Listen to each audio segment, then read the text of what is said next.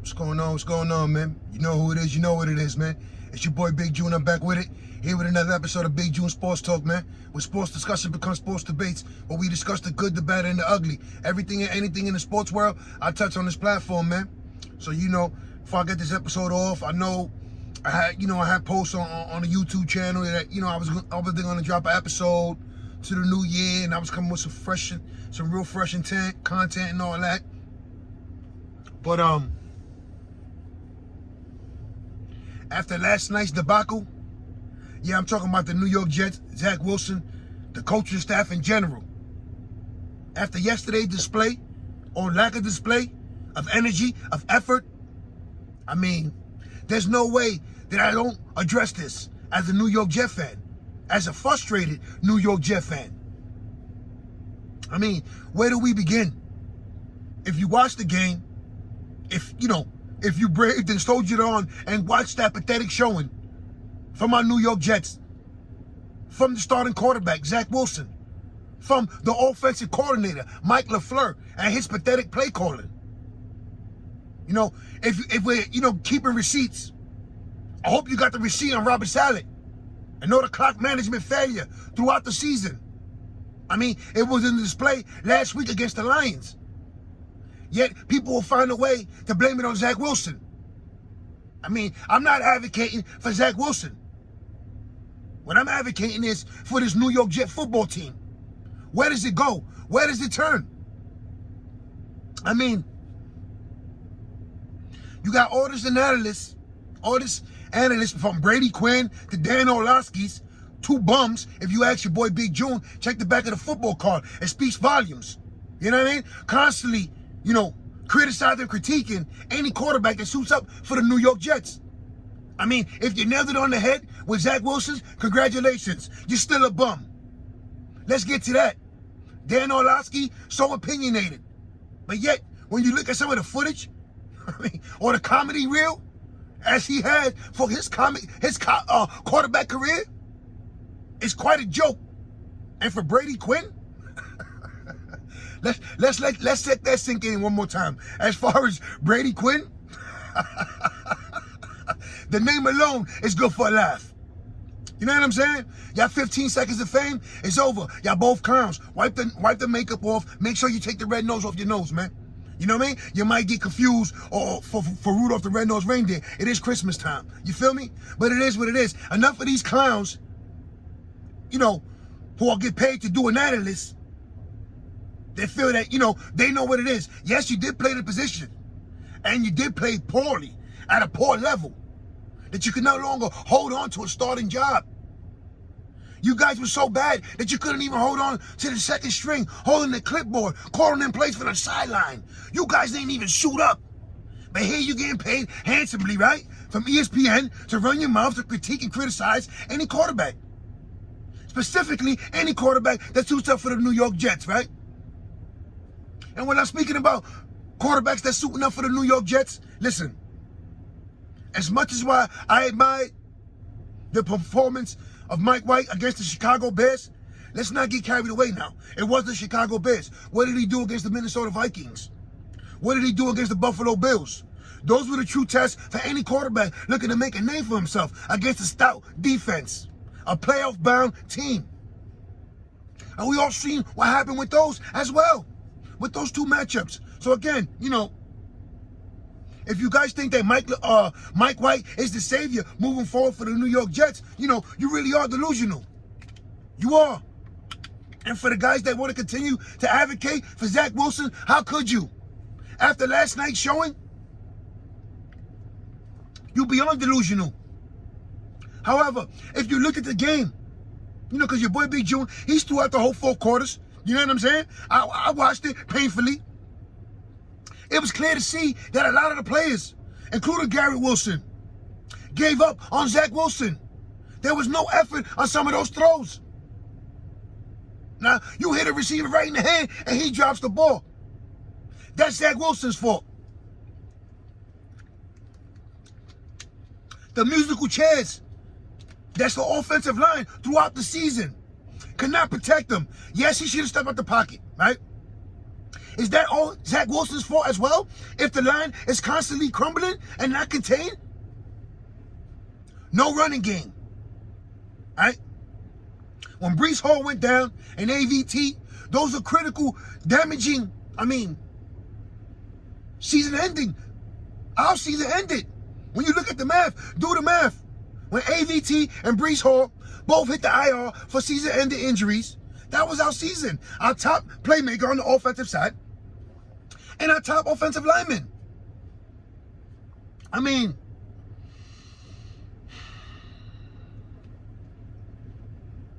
It's just crazy knowing that we were 5-2,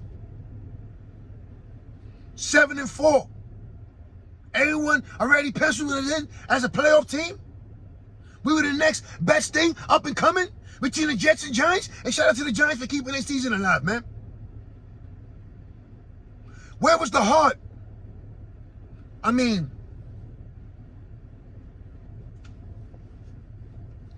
It's very frustrating right now to be a New York Jet fan. It truly is. Just think about that, man. Just think about it.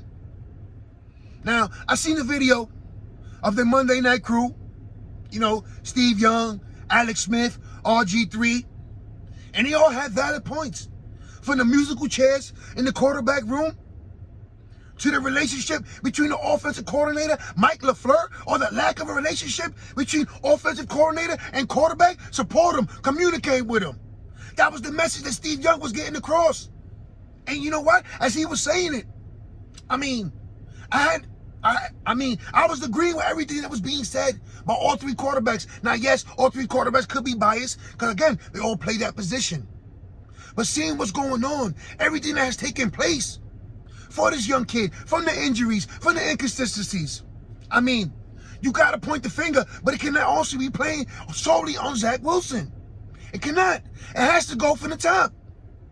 Now, how as ownership, you give your GM the green light, you draft the quarterback with the second pick, knowing he was a project at best. Yes, he showed flashes in college, in a low program in BYU.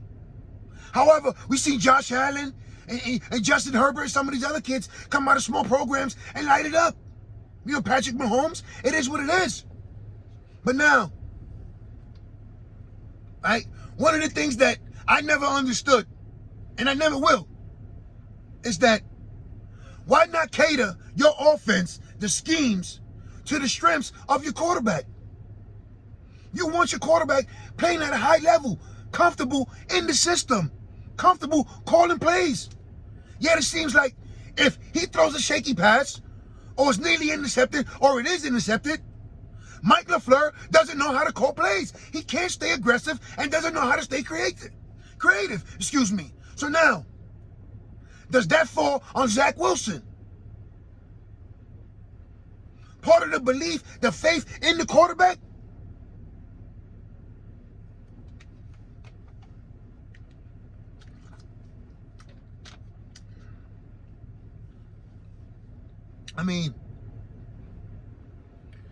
Wouldn't it have been wise, knowing you were going to give a first-time head coach an opportunity in Robert Saleh, who deserves a lot of blame as well, and I'll get into that. A first-time offensive coordinator, Mike LaFleur, out of nowhere, right? A first-time defensive coordinator. Yes, he played in the league, so he should have familiarity with the scheme, with the players. I'll cover a report when it comes to that, right? Being that he was a part of the league in Jeff Ulbrich, right? However, where's the veteran leadership? Where's the structure needed at a time like this? When does someone stand up, stop the bleeding, lead the soldiers the right way?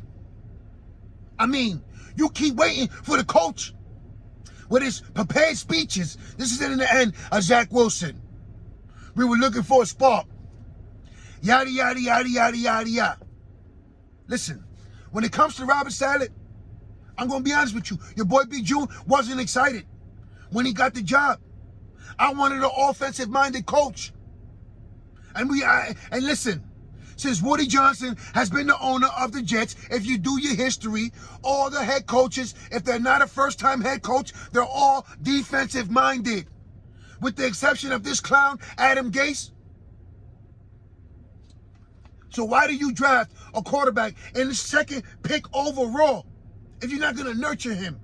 If you're not going to support him, communicate with him, show him the right way. Bring in someone who knows how to play the quarterback position.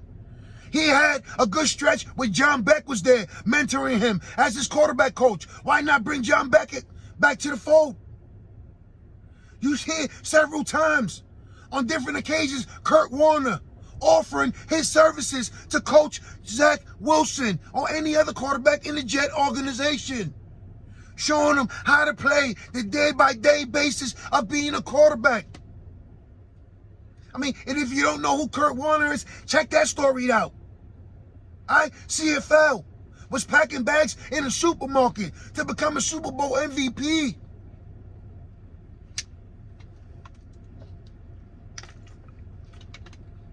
Last night, definitely was the end of Zach Wilson as a New York Jet. I mean, there's no way you bring the kid back. You bench him twice in one season. You elevate the practice squad quarterback, Chris Schwebler. And shout out to him for doing what he needed to do. It was like Tim Tebow 2.0. It's limited what you could do with that quarterback, Captain Comeback. However, it speaks volume of the faith and the belief in that locker room, in the front office, in Zach Wilson. I mean, Mike LaFleur.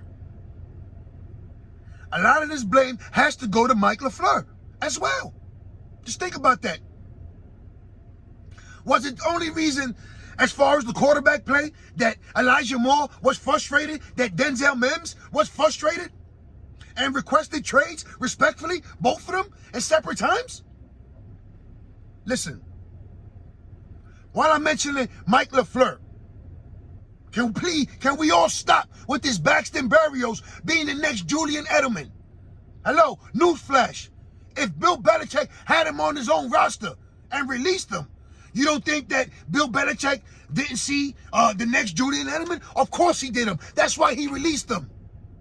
Yet here we are with Mike LaFleur stuffing Braxton Berrios down our throat, having plays called for him instead of Elijah Moore, instead of Denzel Mims, instead of Jeff Smith, who actually could catch the ball.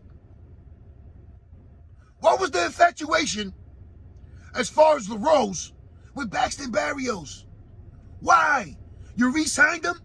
You taking up space, snaps for a productive player.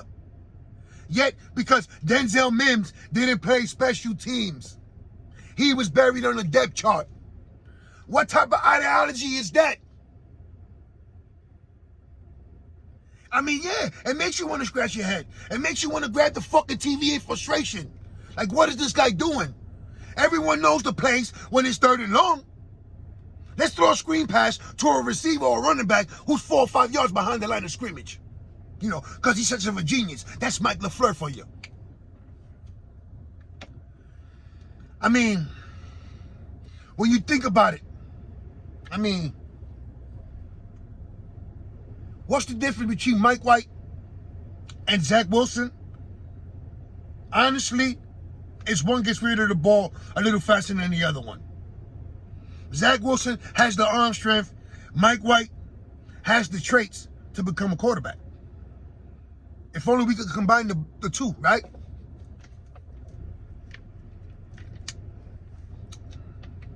I mean,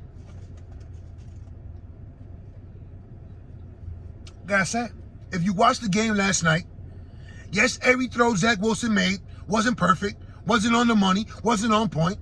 However, as a professional, if the ball touches your hand, you got to corral that. And yeah, we all know Corey Davis is good for a drop or two a game. You know, it clearly showed the energy, the effort was different when Zach Wilson was the quarterback to when they inserted Chris Schwebler. I mean, Ray Charles could see that there was a difference in energy and effort and in execution. So that begs to ask that question. What exactly going on in that locker room?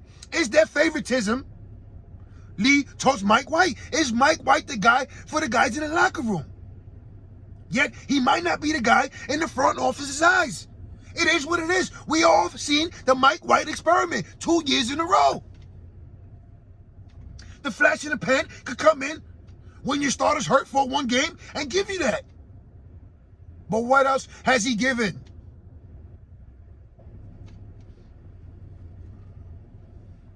Now, one thing that clearly stuck out yesterday as far as coaching, and shout out to Doug Peterson, who's a Super Bowl winning head coach, by the way, or offensive-minded head coach.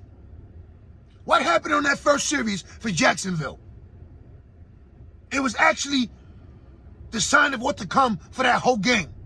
And it was all there in a 2-minute sequence, right?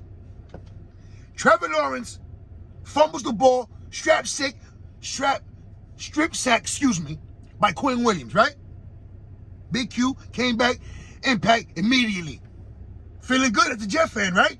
We recovered the ball in Jacksonville territory, about to score this touchdown, set the tone. Boy, was I wrong. Boy, was we wrong. Anyone who was thinking the Jets were going to punch it in, get 7, set the tone, keep our season alive was fucking wrong. But I tell you what did happen. A coaching adjustment. Doug Peterson made the adjustments offensively, and Trevor Lawrence sliced out defense, getting the ball out of his hands at a rapid pace. 2.46 seconds, 2.36 seconds. That boy was releasing that ball at a rate that our defense could not react and adjust on the fly. So when you say coaching doesn't matter, I mean, you're delusional. Look at that adjustment Doug Peterson made at the beginning of the game. We sacked Trevor Lawrence. Strip sack. The defense came. It's supposed to be a long night for the Jaguars offense.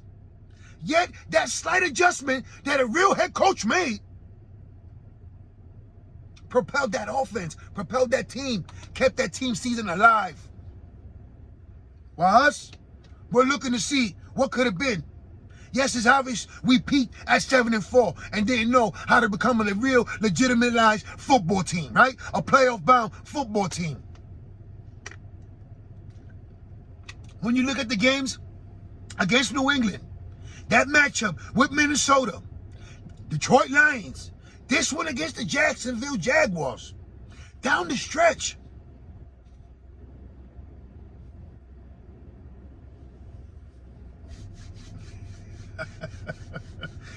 listen, man, right now, I truly am frustrated, man. I really didn't want to come out with no new content until the beginning of the new year. You know, reload, enjoy the holidays with my family, my loved ones, and all that.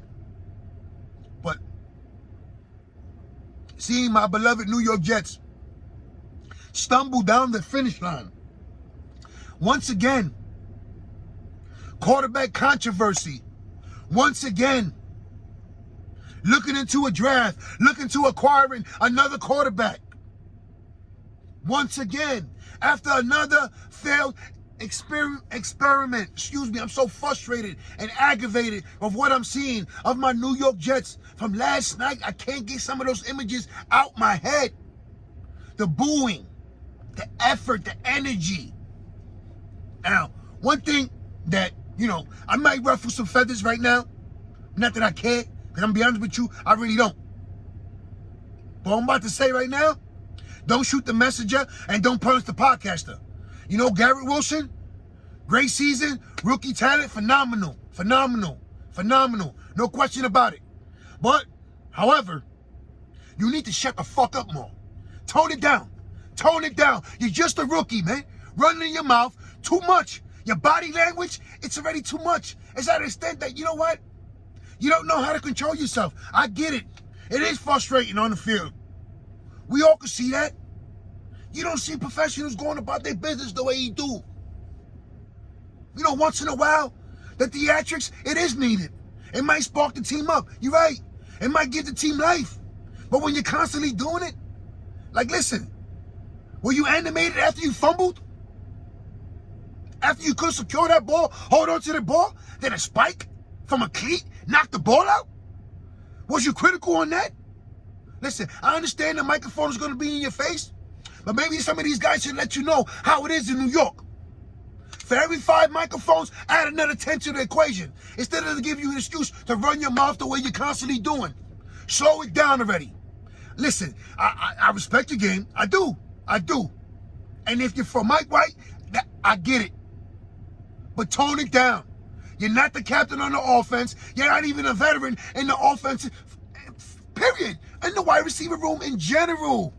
There's no way that you should constantly run in your mouth the way you have. And the immaturity, and if you're not doing like that, you're going to do it like Elijah Moore does it through social media, right? Some of you guys got to grow up. Learn how to grow up. Now you're a professional. You're being paid to play football. So again, hell of a season for Garrett Wilson. About to break the rookie record for wide receivers yardage in one season for a Jet by Keyshawn Johnson. Congratulations. Stay focused on football. Concentrate on football. Understand that there's 53 men on that roster. You have to look everyone in the eye in that locker room after you're constantly running your mouth. You're going to rub somebody the wrong way. Eventually, this is what's going to happen. This isn't college where you're amongst boys.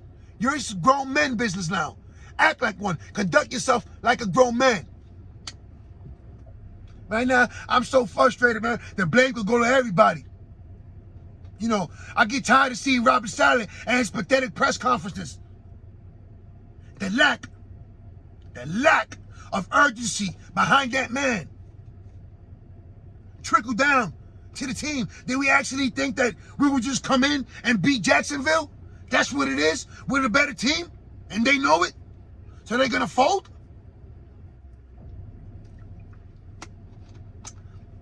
Only one team has folded, and that's the New York Jets. And the sad reality is these last 2 games are going to be indicative of that, because you're going to see nothing but pathetic play no matter who's the quarterback. However, mathematically, we're still alive. We're still alive. Mathematically. So,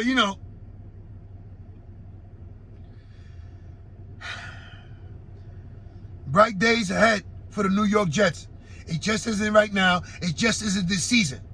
As far as everything, it was improvement, and we definitely seen progress. So there's things to look forward to as a New York Jet fan for this next upcoming season. And hopefully Joe Douglas knocks out the draft as well, make a couple of moves, another signing here and too, and we're back in the equation, back in that playoff talk with a real quarterback moving forward, right? It is what it is. Happy holidays from your boy Big June. Stay safe, stay sharp, stay blessed, stay alert. And all my family and friends out there in New York, please, no drinking and driving. Christmas is real soon. New Year's, let's party responsibly. I'm out of here, man. 1.